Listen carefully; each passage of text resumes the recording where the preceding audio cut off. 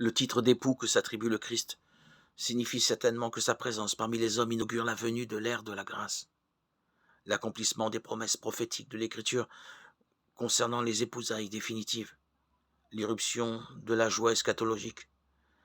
Mais là encore, quel soin ne prend-il pas de le lier, comme tout naturellement, à une autre image, à première vue incompatible, celle du serviteur souffrant.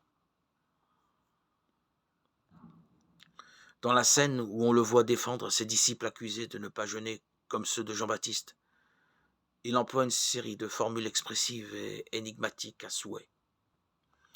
Pourquoi alors que les disciples de Jean et les disciples des pharisiens jeûnent, tes disciples ne jeûnent-ils pas? Marc 2, 19. Et la réponse de Jésus surgit absolument paradoxale. Sied-il aux compagnons de l'époux de jeûner pendant qu'ils ont l'époux avec eux? Tant qu'ils ont l'époux avec eux, il ne leur sied pas de jeûner.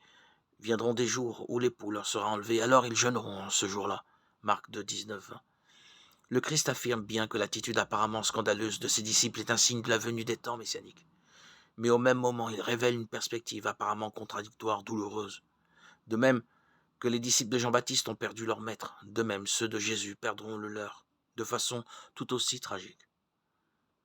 Le Christ témoigne ainsi de la conscience qu'il a d'être le Messie transcendant, appelé à connaître le sort du serviteur souffrant, enlevé de la terre des vivants. Je vous invite à lire le chapitre du livre d'Isaïe, chapitre 53, verset 8.